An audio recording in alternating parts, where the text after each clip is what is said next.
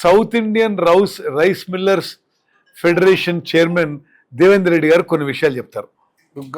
గౌరవ మంత్రివర్యులకు, chief whip గారు, మా ఎమ్మెల్యేలందరికీ నమస్కరిస్తూ, తెలంగాణ రాష్ట్రంలో సన్న బియ్యం పథకం ప్రవేశపెట్టినాక నీతి ఆయోగ్ గణాంకాలు కానివ్వండి లేదా ఆర్బీఐ గణాంకాలు కానీ తీసుకుంటే దేశంలో ఫుడ్ ఇన్ఫ్లేషన్ గణనీయంగా తగ్గడానికి కారణము ఈ సన్న బియ్యాన్ని రేషన్ షాపుల ద్వారా పేద ప్రజలకు ఇవ్వటం వలన ఇవాళ ఫుడ్ ఇన్ఫ్లేషన్, ఇవాళ ఇరాన్ యుద్ధ ప్రభావం తర్వాత అన్ని ఆహార పదార్థాలు పెరిగినా కూడా పేద ప్రజల మీద ఈ ఇన్ఫ్లేషన్ ప్రభావం పడకపోవడానికి ప్రధాన కారణం ఏంటంటే తెలంగాణలో ఇంత పెద్ద ఎత్తున వరి ధాన్యాన్ని పండటం, అందులో ఈ పండిన ధాన్యంలో చాలా భాగం సన్నధాన్యం అయి ఉండటం. ఈ సన్నధాన్యాన్ని ఇక్కడ రేషన్ షాపుల ద్వారా సుమారు 3 కోట్ల మందికి పీడిఎస్ ద్వారా ఇవ్వటం. తర్వాత ఈ రోజున బాంబే, చెన్నై, బెంగళూరు, ఢిల్లీ రాష్ట్రాల్లో తినే ఓపెన్ మార్కెట్లో తినే రైస్లో 90% తెలంగాణ నుంచి మాత్రమే సప్లై కాబడుతుంది. ఇది మీరు అందరు గణాంకాల ద్వారా చూసుకోవచ్చు.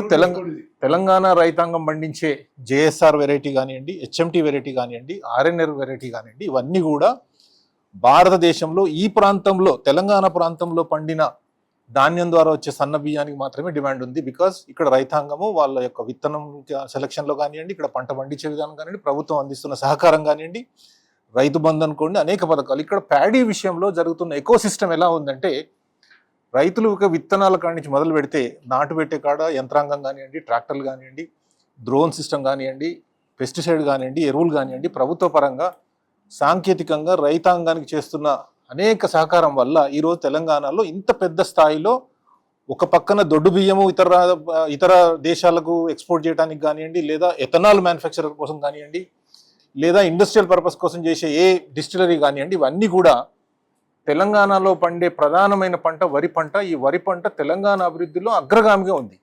ఈ విషయంలో సివిల్ సప్లైస్ డిపార్ట్మెంట్లో గత 2 సంవత్సరాలుగా పగలు రాత్రి చాలా వరకు ఒక యుద్ధ వాతావరణంలో పనిచేస్తూ ఈ పండిన పంట మొత్తం కూడా పర్చేస్ సెంటర్స్లో నుంచి మిల్లులకు తరలించడం, మిల్లులు దాన్ని బియ్యంగా మార్చడం, బియ్యంగా మార్చినాక మళ్ళీ ఎఫ్సిఐకి చెల్లించడంలో అనేక ఇబ్బందులు ఉన్నా కూడా ప్రభుత్వం ఎన్నో కష్ట నష్టాలకు వచ్చి కూడా ఈరోజు రైతాంగం కోసం చేస్తున్న కార్యక్రమం, అలాగే కన్జ్యూమర్స్కి వస్తున్న కార్యక్రమంలో ఇవాళ సన్న బియ్యం చూసుకుంటే మీరు గతంలో 65 రూపాయలు ఉన్న ధర ఈరోజు ఓపెన్ మార్కెట్లో 40 రూపాయలు మాత్రమే ఉంది.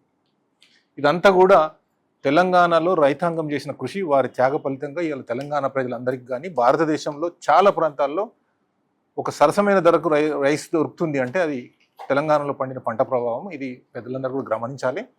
ఇంకోటి ఏంటంటే, కేంద్రంలో ఏ ప్రభుత్వం ఉన్న అధికారంలో ఉన్న ప్రభుత్వాలన్నీ కూడా మేము ప్రతి పైసా మేమే ఇస్తాం, మీరు కొనండి అంటారు. ఇక్కడ ఎట్లా కొన్నా అన్ని రైతులకు నేరుగా అకౌంట్లోకి వెళ్ళి పేమెంట్ చేసి నేరుగా కొన్న ధాన్యాన్ని లెక్కలన్నీ ఉన్నాక కూడా 90 లక్షలు కొంటే మేము 50 లక్షలు కొంటామని, 50 లక్షలు కొంటే మేము 30 లక్షలు కొంటామని. ఇతర రాష్ట్రాలలోనేమో వాళ్ళు వరి అండ్ గోధుమ పండిస్తే అక్కడేమో ఎక్కువ ధాన్యాన్ని సేకరించడం, ఎక్కువ బియ్యాన్ని సేకరించడం. ఇక్కడ 2 పంటలు, ప్రధానమైన పంటలు వరి ధాన్యం. ఇక్కడ పండించిన వరి ధాన్యం వల్లనే దేశంలో ఆహార ద్రవ్యోల్బణం తక్కువలో ఉన్నా కూడా కేంద్రం నుంచి తగినంత సహకారం ఇక్కడికి లభించడం లేదు. మీరు ఎక్కడైనా చూసుకుంటే, మీరు ఏ అఖిలపక్షమైనా మీరు తీసుకెళ్తే ఇలా పంజాబ్, హర్యానాలో ఉన్న బియ్యం క్వాలిటీ చూసుకున్నా, తెలంగాణ రాష్ట్రంలో పడుతున్న బియ్యం క్వాలిటీ చూసుకున్నా కూడా అది స్పష్టంగా మనకు అర్థమవుతుంది. ఈ విషయాల్లో ఇంతటి వివక్ష ఎదుర్కొన్న సందర్భంలో కూడా తెలంగాణ ప్రభుత్వము మరి ఈ విధమైన కృషి ద్వారా ఇటు రైతాంగానికి, ఇటు కన్జ్యూమర్స్కి, మరి ఇటు ఒక ఇండస్ట్రీకి కూడా అనేక విధాలుగా సహకరిస్తూ ఈ గొప్ప విజయాలు సాధించినందుకు వారందరినీ కూడా అభినందిస్తాం.